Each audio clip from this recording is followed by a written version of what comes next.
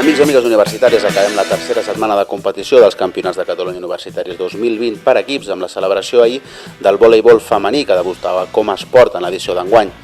Les 9 universitats que participen en aquesta modalitat van intentar passar a tota costa com a primeres de grup de cara a la configuració dels nous grups de la segona jornada que es disputarà el proper dia 13 de març i on es decidiran el quadre de semifinals.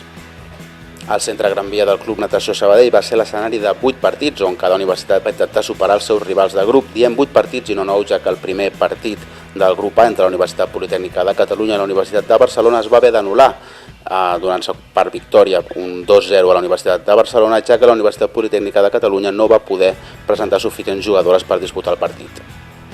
D'altra banda, destaquem les dobles victòries de la Universitat Autònoma de Barcelona i de la Universitat de Lleida, que passen d'aquesta manera com a primeres classificades al grup B i grup C. Recordem que cada set guanyat en els partits es comptabilitza com un punt en la classificació.